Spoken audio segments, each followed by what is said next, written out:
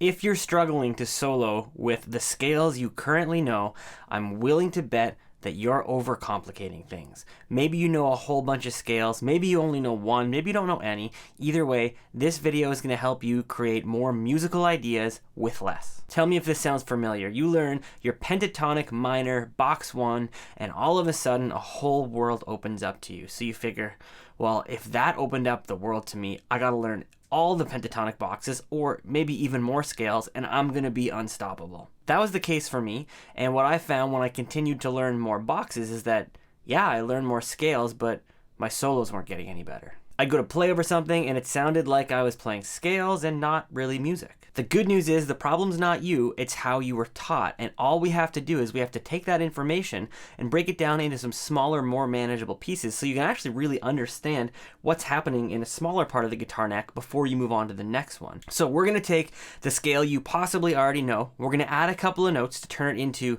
a major scale we're going to look at in a major context instead of a minor context, and I'm going to show you on the neck where the notes are you absolutely need to know to be able to play more melodic. Even if you think you already know this scale really well, I urge you to continue watching this to the end because there are probably some little things you may not be aware of that could really help elevate your playing without much work on your end. Here's the scale we know and love. Probably know that one already. Now, when we do it that way, it's kind of based around this chord here, our minor bar chord on the 6th string. And what we're doing is we're actually playing a minor scale. All we have to do to make that sound major, instead of starting with our index finger, is start with our pinky. So if I start with my pinky and end with my pinky, I'm not changing anything, I'm playing the same notes, but all of a sudden it's going to sound major. Like it's coming out of that chord. Now, that's the pentatonic scale. So pentatonic meaning it only has 5 notes. That's really awesome, and that's a scale we use a ton in guitar music and, well, really all music. But we're really just 2 notes away from having a full natural major scale. So that's the first thing we should probably do. So if you take that scale, all we have to do is we have to add a couple of notes. We're going to add our pinky here on the A string. The D string's the same. Now when we go to the G string, what we're going to do, instead of playing first finger here in the 5th fret, we actually have to stretch 1 back out of position to catch that note, and now we have this scale. That's 1 octave of a major scale instead of just our pentatonic scale. We can continue, so if I start here and I go up, instead of going right to our pinky, we're going to play your 2nd finger on the B string, come down, and our extra note as well on the high E string, ring finger, and then back up to the pinky. Okay, so the top octave was. Now, I can play that whole scale. Now I have 2 octaves of a major scale. And already I think that's too much. We've got 2 octaves, meaning we have each note twice essentially. That's twice as many options as I think we need for this exercise. So what I want to do next is I want to just pare this back, and we're going to look at the top octave of the scale.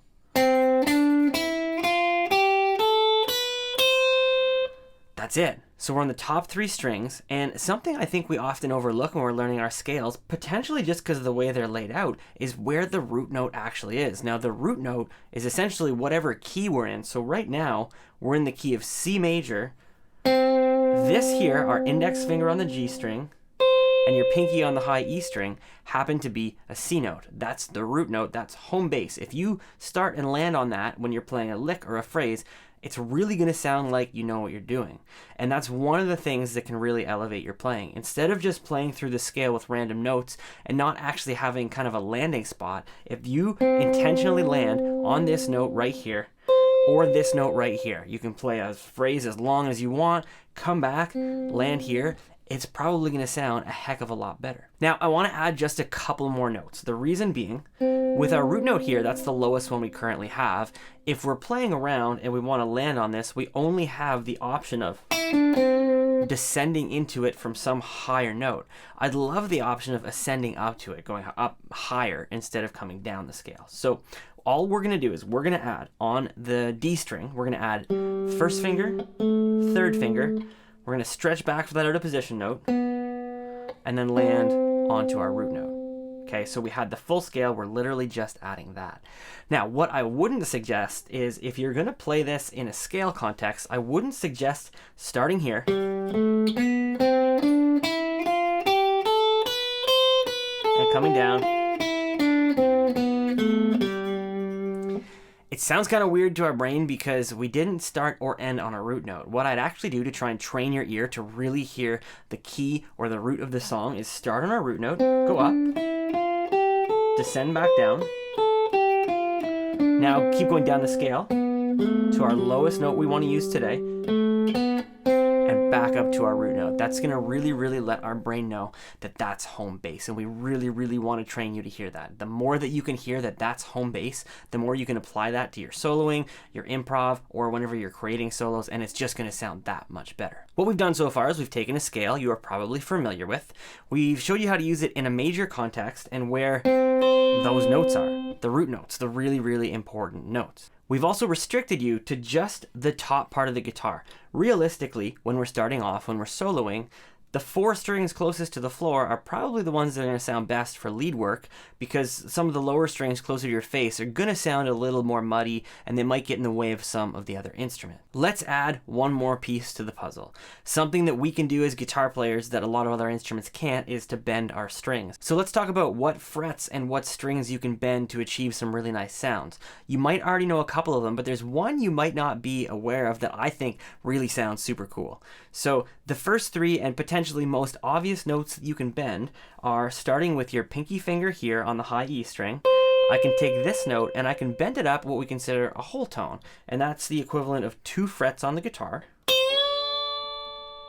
Now, something that's really important is we want to anchor whatever fingers we have available to us behind the note that we're actually bending. So I've actually got my 3rd, 2nd, and 1st fingers anchored all in their respective frets. So I'm on 8 here, so my 3rd finger is in 7, my 2nd finger is in 6, and my 1st finger is in the 5th fret. And I'm actually pressing into them, and I'm helping my pinky by pushing up with all of my fingers to try and get up to that note right there.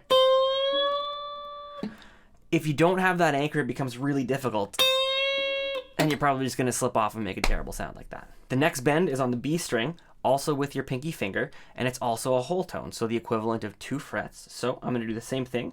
Pinky on the B string, I've got all my other fingers anchoring, and I'm going to be bending this to try and reach this note. A great way to check if you're not sure if you're hitting the right note is you can actually put your tuner on your guitar. And if you play this note right here, just without bending it, okay, pinky on the 8th fret of the B, you're going to notice it's a G note. And this right here, that's an A note. So what's actually happening, when you bend this to reach this, you should actually see A on the tuner. The other bend you may already be familiar with is on the G string here.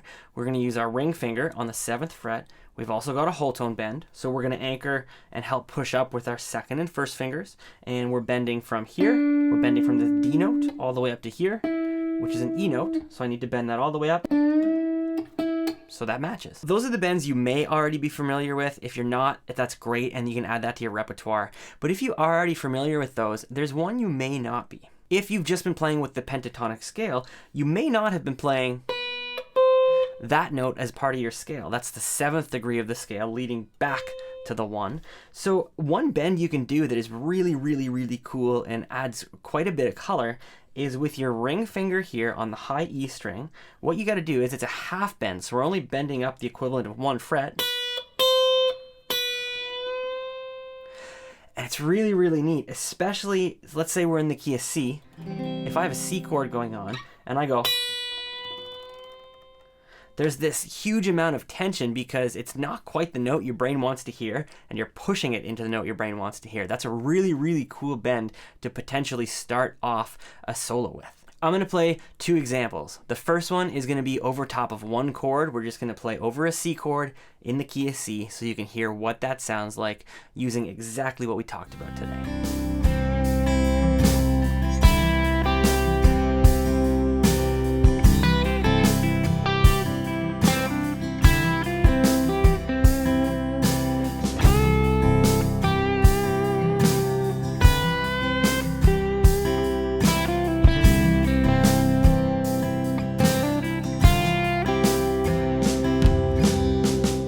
Notice how when I land on this note or this note, it really sounds complete and really, really musical?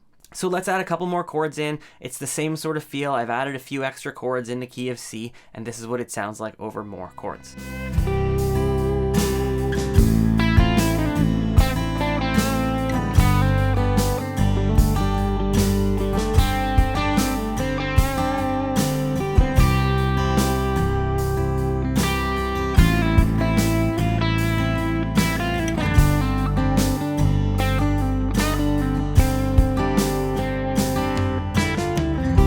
Now, I'd be curious, if you were listening to that, if you didn't know we were only using such a small portion of the guitar, and someone played something in that, would you know?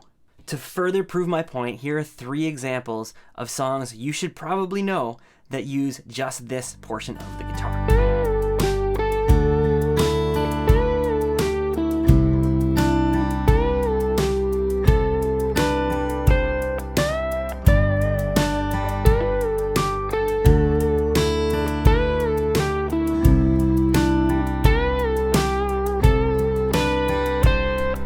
Eric Clapton is a master of the pentatonic scale and simplicity. You'll notice there's not a single note even outside of pentatonic, and he's staying within the framework that we are talking about. Now, we're up here playing in this position because we're actually in the key of G instead of the key of C.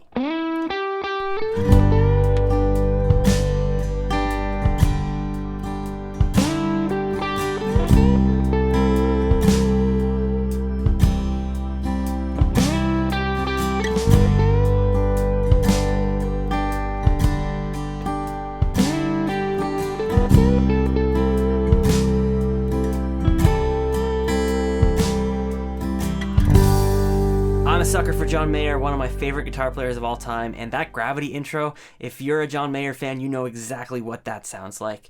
He's not using that many notes. He's actually using even fewer notes than Eric Clapton did in Wonderful Tonight, and how good does that sound? This third one's an example of a song you probably know, and it's not actually the guitar part. What I did was I took the chorus vocal melody and I played it on guitar, and that's another great tip. You don't just have to learn guitar lines as a guitar player. One of the most beneficial things that you can do for your playing is learn things that other instruments played.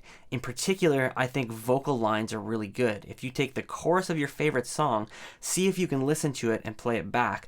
Those are generally really, really melodic, and when you're coming up with ideas as a singer, you're not thinking on an instrument, you're thinking of the notes that sound good in your head, so it's naturally going to be a little bit more melodic than something you might come up with on guitar. Without further ado, here's example 3.